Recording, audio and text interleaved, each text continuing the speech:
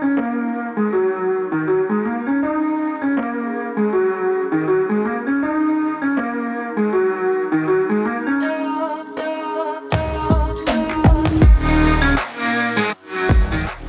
guys, welcome back to another episode of Dynasty After Dark. After a nice little hiatus, we were just talking about how long it's been since the last episode, about a month since we recorded, but I'm your host, Calvin Timms. You can find me over on Twitter at TDC_Calvin and my co-host, Dynasty Dale, over on Twitter at Dynasty Dale. Dale, how's it going today? You ready to talk some 2023 quarterbacks? I'm really excited to talk about this class. Has some really interesting backs in it, and some potential studs in it. Yeah, it's going to be an interesting one. I know people have been talking about the 2023 draft class forever now, and a lot of the hype, it feels like, has been let out of the sails the last couple of weeks. People are not as hyped as they were, and I hear one of the biggest reasons is the quarterbacks have not been as good as some people kind of wanted, but, you know, there's some potential. There's a lot of guys there, so for those out there that are joining us, we're going to be breaking down my top tiers of Dynasty quarterbacks for the rookie draft class in 2023. Now, there's a little bit of a caveat to this because not everyone has declared for the NFL draft just yet. So some of these guys could even go back to college, but I think it helps to familiarize yourself with some of these names now just to kind of know their skill sets and what they're able to do. And then it just helps you for next year when they do actually come out, if that's the case. So, gonna break into these guys. I got them ranked into a couple tiers. Dale watches a lot more college than I do. I touched on all these guys, kind of checked up on their stats, watched a little bit of video on each one of these guys, but these are pretty early rankings. After the combine hits, it's going to change things a little bit. You know, it's going to always move some of these guys. And as I have time to watch these guys a little bit more in depth, and ironically, I have the Alabama-Kansas State bowl game on the other monitor, so I do get to see one of the top candidates in Bryce Young as we're talking through this podcast. But I'm gonna try and not let that influence my decisions too much just yet. We're gonna make sure we do it right in the offseason and really evaluate these guys properly. So, you ready to get into it, Dale? Absolutely. Before we get started, I guess, do you have any major thoughts on the 2023 draft class for the quarterback position? It's my biggest point. It's kind of going off what you said, that they were really hyped in the beginning of the year, and it's really kind of deflated. It's really kind of watching some of these quarterbacks that were hyped up in the beginning of the year not do as well, and it's kind of the quarterbacks have fallen. I don't want to say they've fallen flat, but they've fallen a little bit as they were in the beginning of the year a few Yeah, months ago. yeah. That's what it feels like, all these guys. Everyone's always so hyped about college, and it's just, I hate college football. I was talking with Dale right before the podcast started, and it's like I'm watching I'm watching this bowl game here, and like Alabama gets a touchdown because the cornerback doesn't even touch the wide receiver the entire route. It's like these guys it's completely different leagues of players here. But, you know, Absolutely. defenses in college are just, it's so hard to project what they're going to be able to do. And when you only play like two good defenses in a year, it's kind of tough. So that said, enough kicking around the bush. My top tier, and we're going to be going through these guys, my tier one of quarterbacks for the Dynasty 2023 rookie class. And again, this can change, but as of right now, I've got CJ Stroud as my number one, and that's probably pretty shocking. And I'm not trying to, really come across as a hot take artist or anything like that, but CJ Stroud, 6'3", 215 pounds, from Ohio State. 3 years, well, basically 2 year starter. He didn't play much as a freshman, but he has been very solid the last couple of years. Now, this year, he's taken a pretty big step back in terms of his yardage. He's only got 3,300 yards this year versus 4,400 last year, but he did have Chris Olave and Garrett Wilson last year. And I know that Ohio State, Dale, you can speak to this as the Ohio State fan, but your wide receiving core is ridiculous, like nonstop. You guys are just pumping them out right now. It feels like all the time. Yes. you guys have who is it? You guys didn't have Jackson Smith and Jigba basically all year, right? He was Yeah. injured all year. Yeah. I think he played about a half a game this year all Okay, total, all the games. there you go. And then and then and then we have Marvin Harrison Jr. He was tremendous this year. Mm-hmm. And then there was I Who's think the his other guy? name The is okay, you can say his name probably better than I can. Ibuketi, is that it? it is Emeka Egbuka is his name. Igbuka. Okay, Egbuka, yes. I've Yep. heard that dude is Yep. legitimately insane. Oh, he is fast. Like he's kind of like the Garrett Wilson or like Curtis Samuel, uh, Perry. type, Yep. yeah, Perry. Yeah, that's one thing with Ohio State. So you guys have been able to pump out very quality players the last couple of years. The team's pretty good offensive line generally, good running backs and everything like that. So the big dip in form is kind of surprising, but again, you take into account he lost 2 first-round wide receivers, lost another potential first round with Jackson Smith and Jigba, who we'll talk about in the wide receiver episode. So he kind of lost his top 3 wide receivers, plenty of depth there behind them, but if you don't have the same repertoire with those guys, it's going to be a little bit more of a learning curve there. But I think the biggest thing is there was a massive drop off in the attempts this year. 441 last year, only 355 this year. Completion percentage dipped a little bit there, but not too much of a difference. And then the touchdowns were still actually pretty high. He had a higher touchdown rate, or just a little bit less of a touchdown rate this year. But 37 touchdowns, 44 last year, still pretty good. He found a way to get it done regardless of losing all those guys. So CJ Stroud is going to be my number one guy, and the biggest reason for that is I feel like he is the safest. He's not a small guy, which is kind of the biggest knock on Bryce Young, which we'll talk on here probably in a little bit. But CJ Stroud he's a nice size quarterback. You like to see it. And the biggest thing for me is he is a pocket passer. He has not got much mobility. And I know that's kind of going the way of the dinosaurs now, but I think that CJ Stroud, you can speak to this a little bit more than me, but he is an athletic guy, right? Like he's not kind of like rest in peace Dwayne Haskins, but he was kind of chunkier, he wasn't really the fastest guy, couldn't really do anything out of the pocket. CJ Stroud, I feel like he can do stuff out of the pocket. He just chooses not to, is what the kind of the vibe that I get from him. What do you think about that? Agree with that. I actually for Stroud's first play as a Buckeye was actually a very long rushing touchdown back in 2020 Yeah. the field. So he is mobile. He is able to run.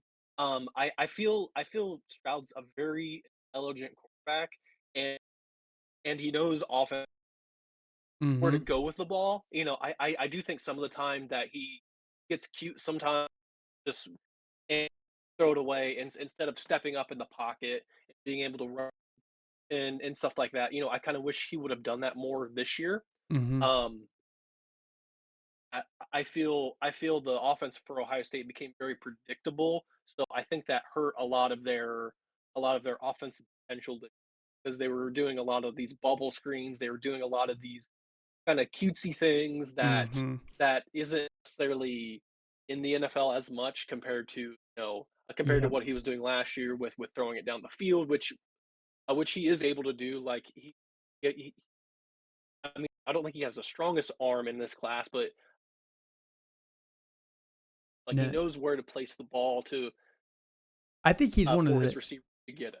Yeah, and that's what I was gonna say. I think he's one of the more accurate guys. Like again, I think he knows how to work the pocket. And again, you look at his rushing stats for the last couple years, and he's got the. I was looking at his rushing stats, and the way that college does it is the dumbest way ever. I was complaining to Dale about this.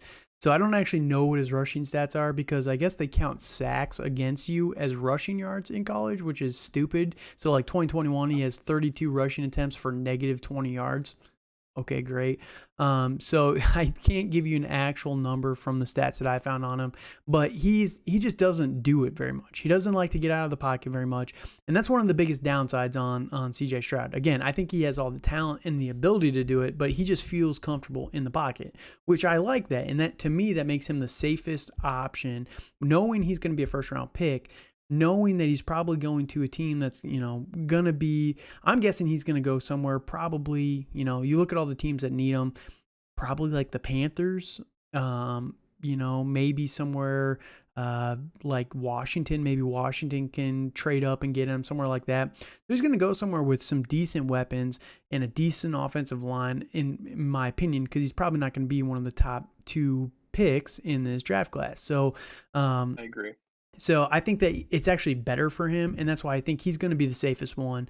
I think that he has the talent and the upside to be the best one of this class. Well, I guess upside for fantasy definitely goes to my number 2 guy here, which we'll talk on here in just a second. But yeah, CJ Stroud is going to be my number 1 guy. I like him quite a bit.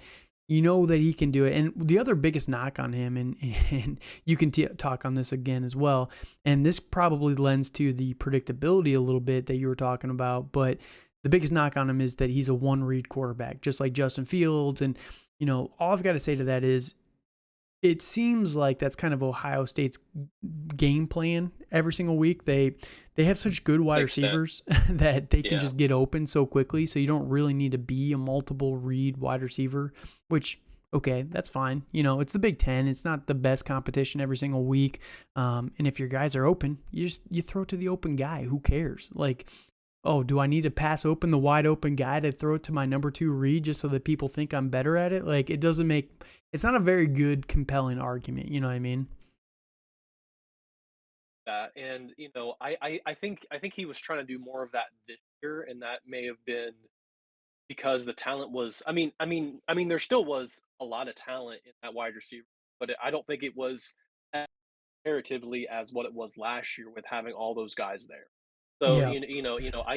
I think he felt he had to pick up some of the slack because the offensive line wasn't playing as well. And then in some games like the weather wasn't as good. So I mean, I was I w- it's beforehand that I kind of feel he's very much like Jared Goff in that he's from the California area anyway. So I feel he has to have decent weather conditions to play to that excellent standard that he's able to do. And Mm-hmm. he's going to be on, and he's going to be hitting players left and right, and it's easy and certain. So I mean I would like him. I would honestly like to see him go and play like in Detroit, which having a good offensive line is going to help him out and feel more That would be comfortable in the awesome. pocket. That He- would be awesome. I mean, I think him with the lines would be great. I think the spot for him would probably Probably be Houston, right? If you want number well, 1 overall. Houston. I personally go a different way. I don't think they're crowd. They're probably going to go after something different, but that's for about that player later. Right. So, all right. So that's enough on on Justin Fields, CJ Stroud. It's Ohio State on your brain. But and speaking of Justin Fields, did I tell you this yet? But Megan got me a Justin Fields jersey for Christmas. Oh, I'm so excited.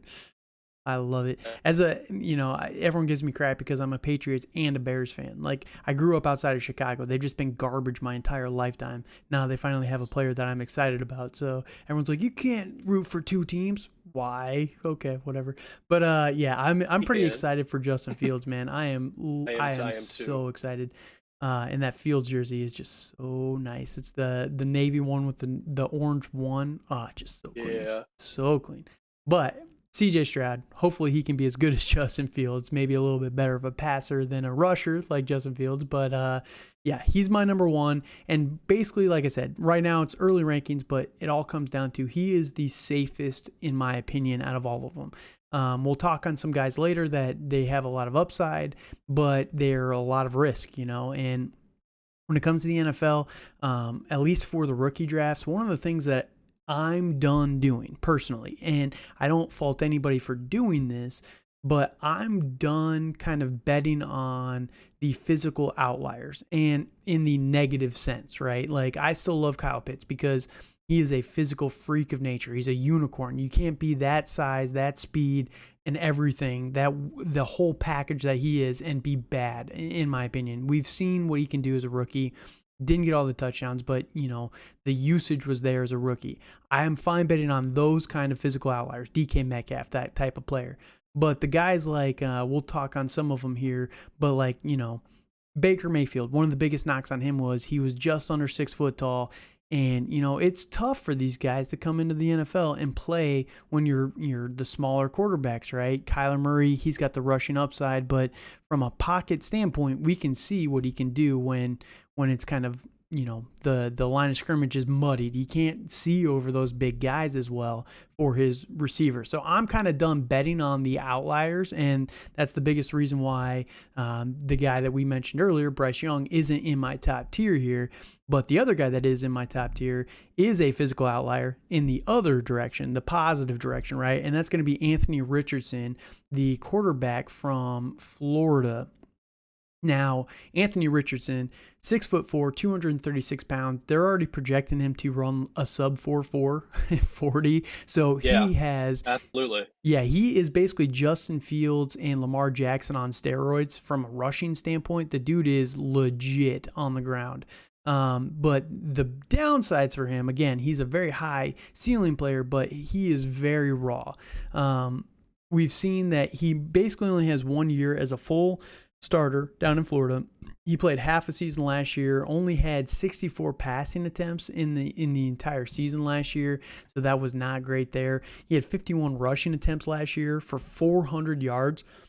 As a quarterback, that's just ridiculous, but and 3 touchdowns in half a season, So in his full season as a starter for Florida, there's a lot of things with Florida that I don't really like. They're a very good school. They're in the SEC, so they have very high level competition, good defenses that they play on a more regular basis. But on the ground this last year, 103 rushing attempts for 654 yards, 6.3 per carry, which is pretty good. I mean, it's about the average of a running back down there, but he had 9 touchdowns on the ground. But then through the air, this is where he's a little bit more raw. He's more of a Justin Fields type of player. 327 passing attempts, only a 54% completion percentage, 2,500 yards, and 17 touchdowns, 9 interceptions. Now, the other knock on Florida as a whole is their receiving core is probably not the best. You know what I mean? They just don't have the same level of athletes that, Alabama or some of these other top schools have at wide receiver. So that does hurt them a little bit there.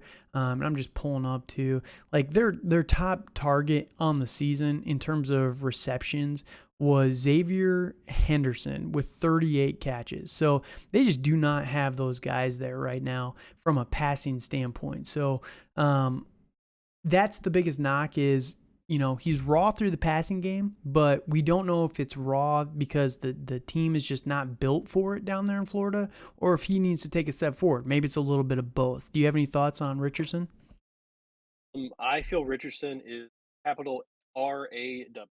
He was raw, raw, raw, raw all day. So that Yep. I like his. I feel he's one of those freaks like you were saying. Going back to the Justin Fields comment you made. It's the difference between him and Fields is that Fields in college was a very excellent passer, and he was able Yes. to Yep. make I agree with he that. was able to make consistent downfield passes where Richards Richardson. very Go ahead. I feel for Richardson is kind of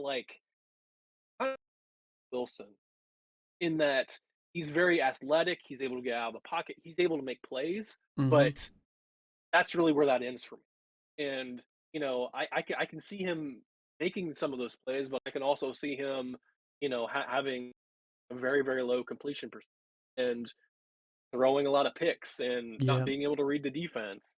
That's Yep. that's what Yep. really concerns me. So here's the thing with Richardson and draft. This is early rankings again. I'll just reemphasize that. But the biggest impact that is going to be on his stock in the rookie drafts for you is whether or not he's a high first round pick. And the reason why is if he's a high first round pick, he's probably going somewhere to start right away. And I think that would be terrible for fantasy football because honestly, I just don't think that he's a guy that can come in and play day one. I think he is somebody that does actually need Really. to kind of sit behind someone. But if he goes, I still think he's going to be a first round pick for sure. I just don't know where he's going to end up going yet. Maybe we'll get a better feel on it later after the after the athletic testing where he is just going to blow everybody out of the water. Maybe it's going to raise Yeah. his draft stock a little bit there, but if he goes Yeah. No, somewhere, if let's say he goes to the Detroit Lions, we talked about them for CJ Stroud, and I would love that for either one of these guys. But, Detroit has 2 first round picks. I think their pick is right now in like the 15, 16 range right there. And then they have the Rams top 5 pick. Let's say that with the top 5 pick, they get some defensive player, whoever it is. But then with their pick, they take Anthony Richardson. Goff is going to be starting next year in 2023, more than likely, unless he gets injured. I would love to see him sit behind someone like Jared Goff. And then you get a little bit of time to, mature, get used to the NFL. And then next year with that offensive line, those weapons, oh my goodness, that'd be huge. So I think draft capital is going to have the biggest impact on probably Anthony Richardson than any of these other guys in the top 5, 6 that I do have here in my top tiers. So what do you think about his landing spot? Do you think it's that impactful? I think it's.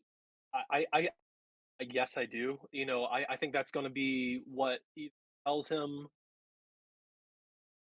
up in rookie drafts or what's going to keep his stock a little bit. So, I honestly, I wouldn't be shocked if it gets picked by the Ravens. Honestly, I know that sounds crazy That would because be interesting. They let Lamar walk. I just don't think they could Marco, do that, yes, but I, I I honestly think that Lamar is going to walk himself. I think he's they're going to doing franchise what. tag him. So that's the thing. Yeah, Now, probably true, Lamar is true. going That to that's true. he might hold out like the pull Lev Bell. We don't know, but they are definitely going to franchise tag him. They're not going to let him walk. And I think that's the only thing with the Ravens is if they're not getting Lamar, I don't think that they're going to go in that direction again. But you know, Anthony Richardson, like we talked about, he's very raw, but for fantasy football, he is literally everything you want. He's a big dude, massive rushing potential, and a cannon for an arm. He's basically Trey Lance, kind of, with less production in college, right? So I like Anthony Richardson quite a bit. The athletic testing is going to help him out. Draft is going to be very impactful for him, but I think that for right now, when you're looking at your rookie drafts, especially in super flex leagues, I think that there's probably only 3 or 4 first round quarterbacks in your super flex drafts. And that's just kind of what to expect, right? So and the reason why we're kind of talking about these guys now is so you can kind of prepare yourself for your rookie drafts. And I know those are probably a couple months away, but it's the beginning of the offseason. Everyone's got fantasy championships here tomorrow, and you're kind of looking forward to the picks and your offseason moves a little bit, trying to plan those out. At least I am. So when you're looking at the first round of your rookie draft, you're looking at these guys and, if I have the 110, who am I realistically going to be getting? You might be able to get someone like Anthony Richardson in the late first round. I think that he's going to ultimately be a first round rookie pick because he's going to be a first round NFL pick. That's how it's going to go. There's CJ Stroud's going to be a first round pick. Bryce Young, the Alabama quarterback, is going to be a first round pick. Will Levis might be a first round. That's probably it for first round quarterbacks, in my opinion, in a super flex league. So, that just kind of gives you, and by the time we get through this whole thing, so we're going to go through every position. We're going to go through quarterback, running back, wide receiver, tight end, and then we're going to give a consensus ranking, first round, second round, third round kind of guys here, and just give you my opinion on all these guys and where they're going to fall. So, Anthony Richardson, again, I think he's going to be a first round rookie pick. He's probably going to be a little bit later. And if you're looking for a guy that you need to start in 2023, he is not someone that I'd be looking to kind of go with here this next season. So, any final thoughts on Anthony Richardson before we move on? No, I agree with everything you said. It's. I mean, ultimately, it's going to be where it's where he lands. I kind of hope he goes somewhere that has some talent around him. I think him to Indy would be bad, Yes. Yep. horrible for him, and growth could be it's because he would have to be the starter. You know, Mm-hmm. honestly, for him, going to Washington, good spot with having some of those faster players and Mm-hmm. there's where he's able to just react and kind of play off of his skills. Yeah, I agree with you. So we will see. Like we talked about, his landing spot is going to be very critical on his potential. But I think that he's someone that if he hits for fantasy, man, you have your next Josh Allen. You've got your next, Justin Fields kind of guy who's just a physical freak and can just smash it. So now that is it for my top tier guys. And like I said, I don't want to be shocking with this, but Bryce Young is the one guy that I have left out of my tier one. I do have him in my tier two, but he wasn't a top one, and we'll talk on him here in just a minute. So we're going to take a little bit of a break. We'll be right back with tier two of the rookie rankings for 2023.